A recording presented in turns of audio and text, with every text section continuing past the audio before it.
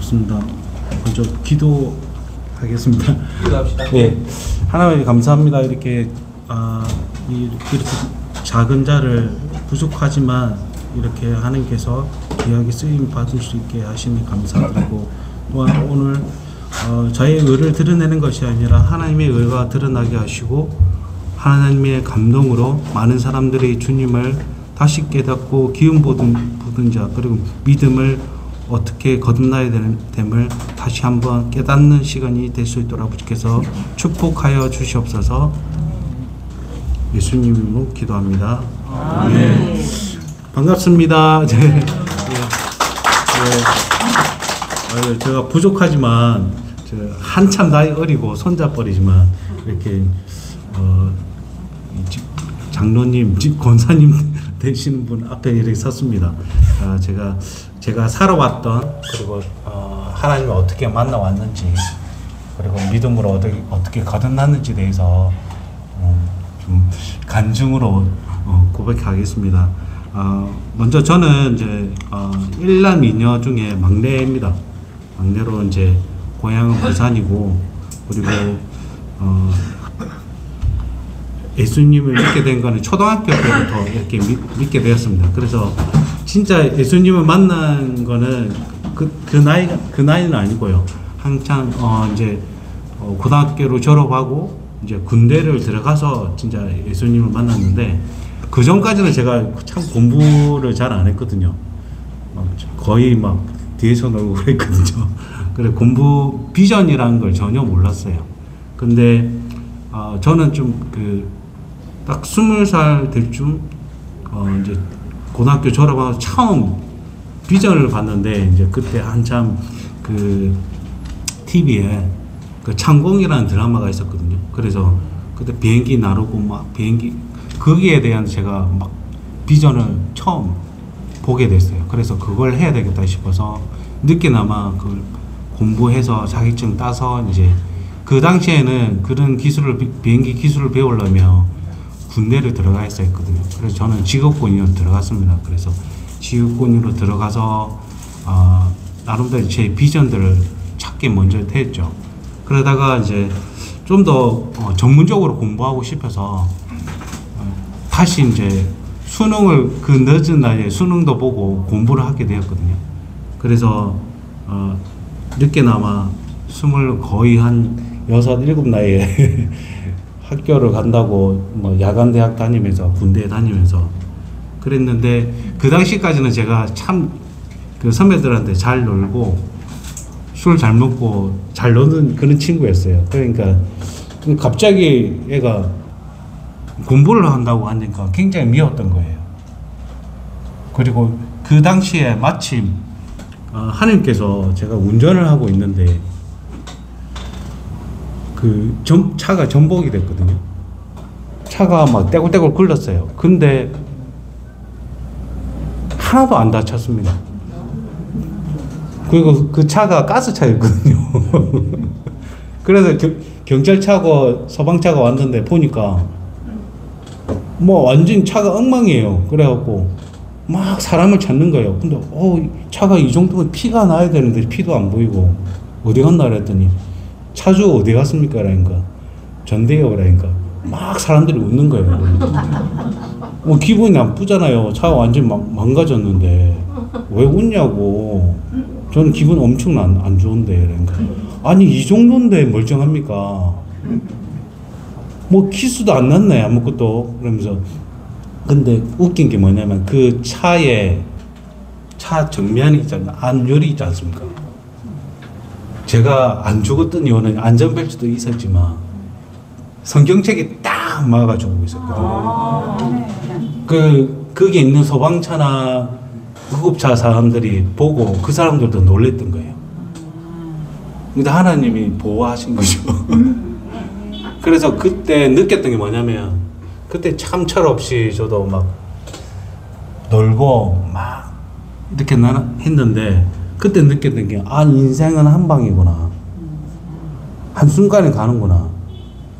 그래서 내가 뭘 해야 되지? 그러니까 지금 현재 내가 나쁜 걸 뭘 하고 있지? 그러니까 술, 담배를 하고 있더라고요. 그래서 당장 술 담배 끊었습니다 그때. 그래서 군대에서 술 담배 끊는다면 완전히 미친 놈이라고 하거든요. 진짜 독한 놈이라고. 그래서 그때부터 뭔가 하나님께서 저에게 공부를 해라는 거. 좀 생전 5분도 못 앉아 있는 친구가 공부를 해라는 건 얼마나 힘듭니까? 그래서 막 여러 가지 테스트를 했어요. 그래서 나중에는 책상에 하루에 뭐 15시간도 앉아보고요. 그런 놀라운 역사가 일어났었습니다. 그래서 공부를 하면서 진짜 부대에 신화를 썼죠. 이제 공부하고 제대할 좀 내가 유학을 간 거죠. 그 유학을 가게 됐는데 거기서 참 많은 일들이 있었습니다. 이 군인이니까 돈이 별로 없잖아요. 그러니까 그 퇴직금 가지고 합비되고 막 이래 했는데 거기서 좀 많은 실행들이 뭐냐면은 이 컨설팅 사기도 한번 당하고요. 그리고 이제 뭐 지금 알선도 한다는데 그것도 이제 사기 한번 당하고. 그리고 제가 하고 싶은 공부를 제대로 해야 되는데 못 하니까 한순간에 자존감이 깨지는 거예요. 완전히. 아, 나는 이거 완전히 뭐 이거 그런 생각이 드는, 아무것도 아니고 쓰레기다 이런 생각이 드는 거예요. 그러다가 한 1년 반 동안 그 방구석에 처박혀 있었습니다. 우울증 걸려가지고 공황장애랑. 이 공황장애 진짜 무서운 게 귀신 들린 것처럼 몸이 버버버 떨리고요. 가위에 눌리고. 이건 내가 완전히 그런 자살 충동까지 느꼈었거든요.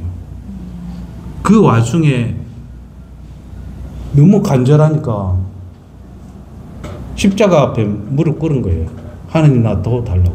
안 그러면 나 죽게 생겼다고, 자살하고 싶다고 그랬더니 하나님 저한테 감동을 주셨는데 기도해라는 마음을 주셨어요. 그래서 이때부터 100일 기도를 했어요.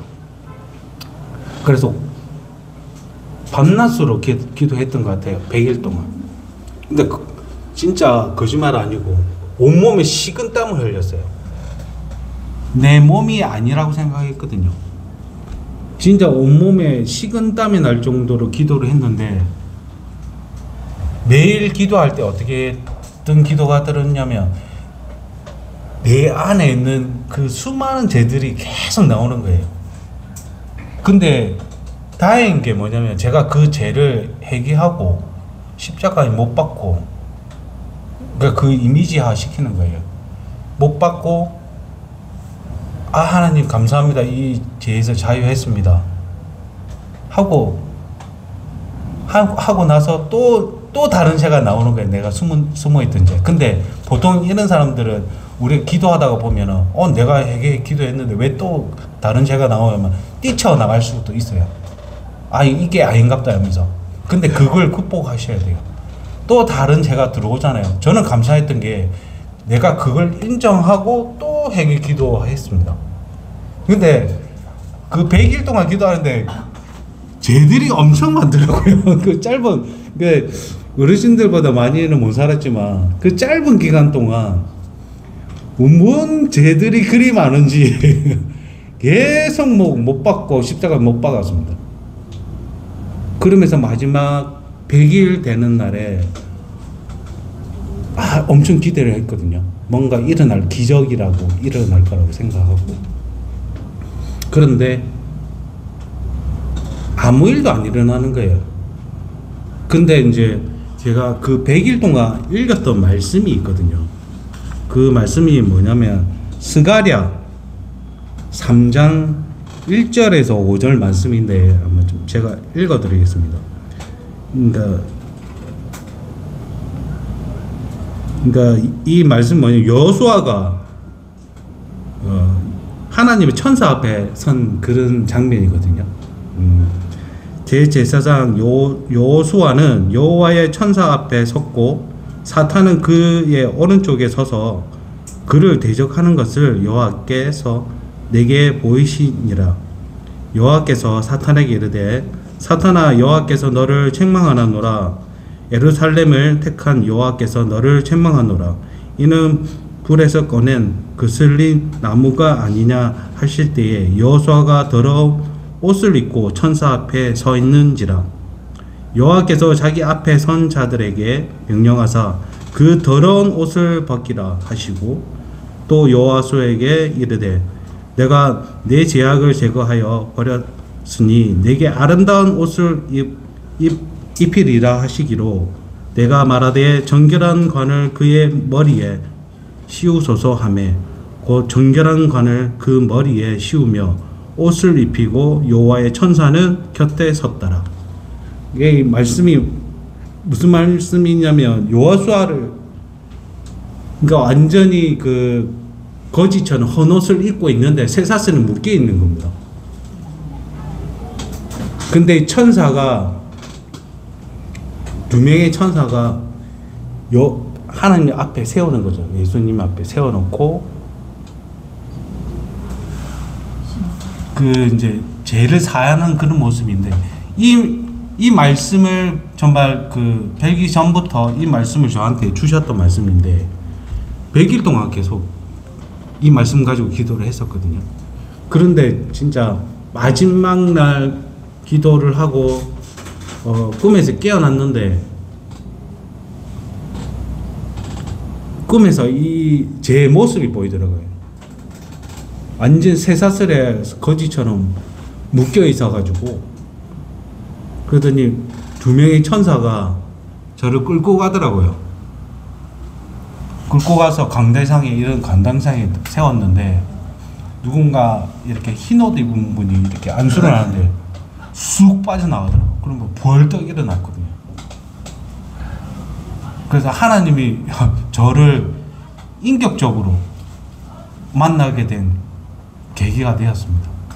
근데 하나님이 우리 죄인이라고 막 너 죄인이야 막 이렇게 책망하고 아니 정죄하고 이런 게 아니라 인격적으로 이렇게 만나 주시거든요. 하나님께서.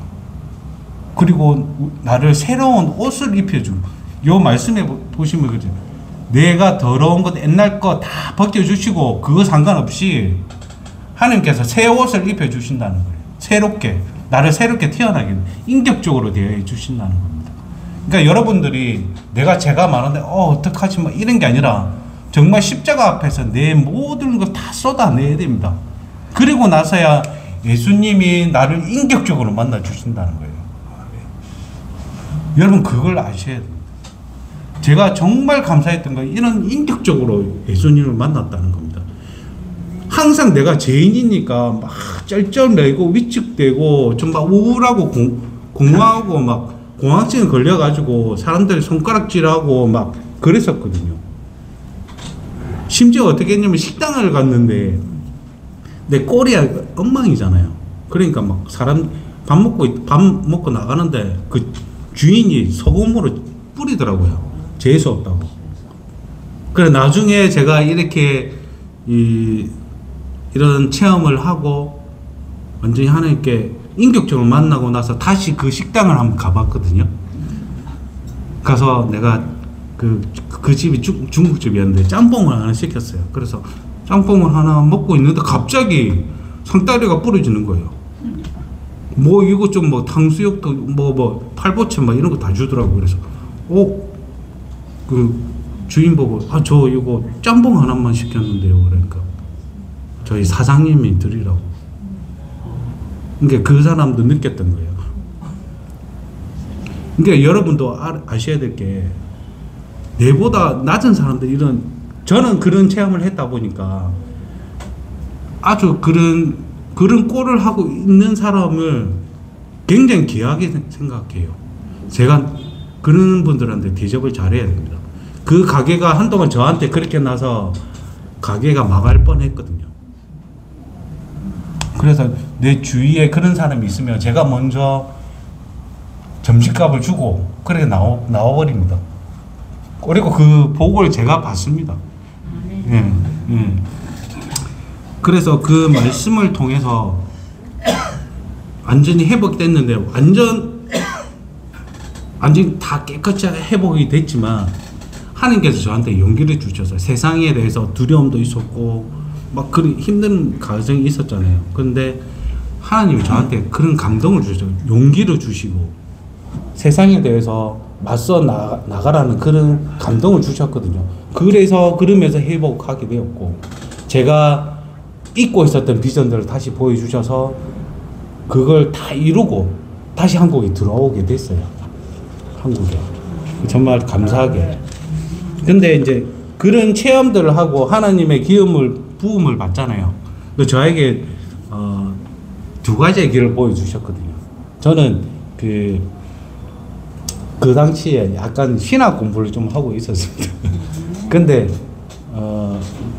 또 뭐냐면 아까 말한 것처럼 항공에 관련된 엔지니어도 길을 가지고 있었어요. 근데 두 가지의 길을 보여주시는데 니 어떤 길로 갈래? 그러니까 요것보다 이게 너무 큰 거예요. 세상에 명예가 너무 커 보이는 거예요. 요걸 선택하고 한국에 들어오게 되었어요. 그러니까 신학을 6개월 남겨놓고 포기하고 너 들어온 거죠. 그래서 진짜 이제 들어오자마자 취직을 했어요. 어렵다는 그 항공사도 들어가고 그러면서 바로 결혼도 하고 막 여러 가지 막 뭔가 풀린 것 같았습니다. 근데 결국 저는 또 이혼을 하게 되었거든요. 이게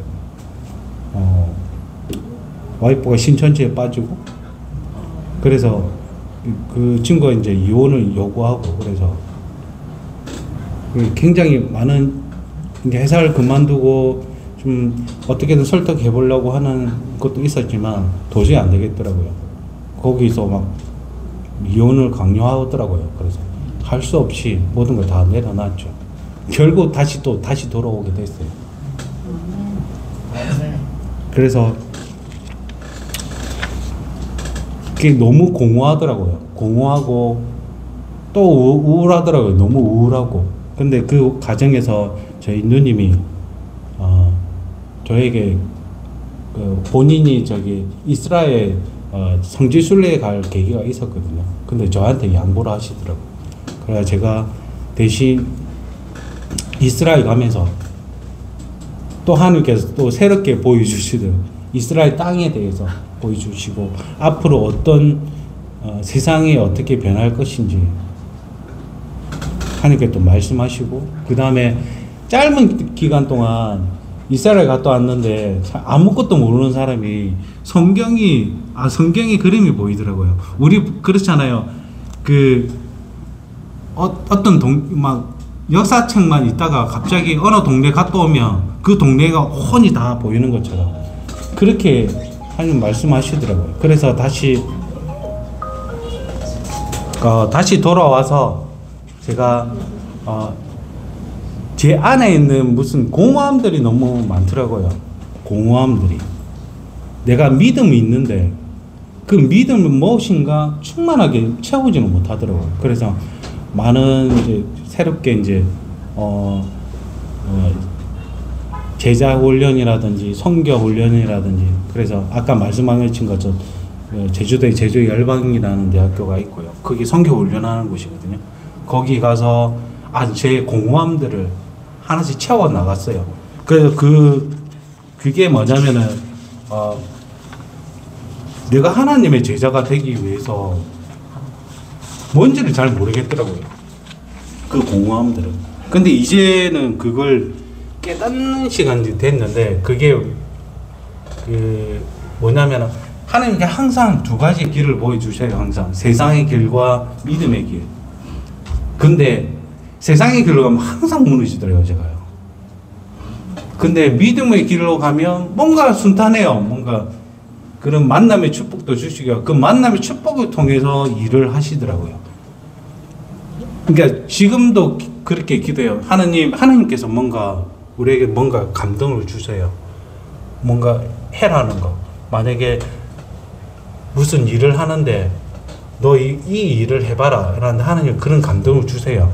근데 보니까 내가 감당할 수 있는 일이 아니에요.